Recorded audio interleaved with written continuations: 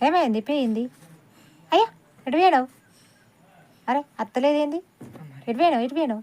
అరే అరే అరే అరే అరే అరే పిల్లల కోసం కాదు, పెళ్ళైన మళ్ళా మనం ఎంత బాధపడుతున్నా సరే ఎందుకు కొంతమంది బాగా కేర్ తీసుకుంటారు, కొంతమంది ఉంటారు ఎప్పుడు కూర్చుని అనుకుంటే ఏడుతా ఉంటది, ఇంట్లో ఎప్పుడు నీరసంగానే ఉంటది.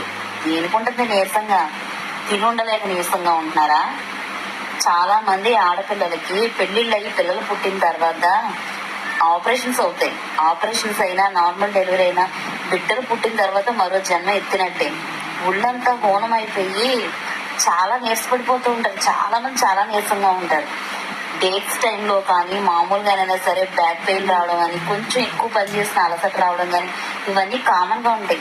మీరు మాకేం చేయనవసరంగా బాగు అనే టైంలో దగ్గరకు వచ్చి నీరసంగా ఉందమ్మా, హోలీ పూటకి రెస్ట్ తీసుకోరే